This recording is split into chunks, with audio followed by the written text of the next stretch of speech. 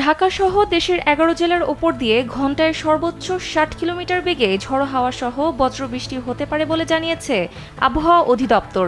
শনিবার আবহাওয়াবিদ ডক্টর মোহাম্মদ ওমর ফারুক স্বাক্ষরিত দেশের অভ্যন্তরীণ নদীবন্দরগুলোর জন্য দেওয়া এক পূর্বাভাসে এ তথ্য জানানো হয়। পূর্বাভাসে বলা হয়, ময়মনসিংহ, ঢাকা, ফরিদপুর, খুলনা, বরিশাল, পটুয়াখালী, কুমিল্লা, নোয়াখালী, চট্টগ্রাম, কক্সবাজার এবং সিলেট অঞ্চলসমূহের ওপর দিয়ে পশ্চিম অথবা উত্তর পশ্চিম দিক থেকে ঘণ্টায় ৪৫ থেকে ৬০ কিলোমিটার বেগে ঝড়ো হাওয়াসহ অস্থায়ীভাবে বৃষ্টি অথবা বজ্রসহ বৃষ্টি হতে পারে।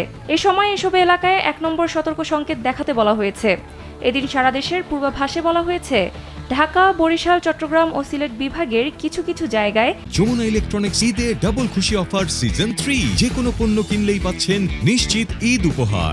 এবং রাজশাহী, রংপুর, ময়মনসিংহ ও খুলনা বিভাগের দু-এক জায়গায় অস্থায়ীভাবে দমকা হাওয়াসহ বজ্র বৃষ্টি হতে পারে।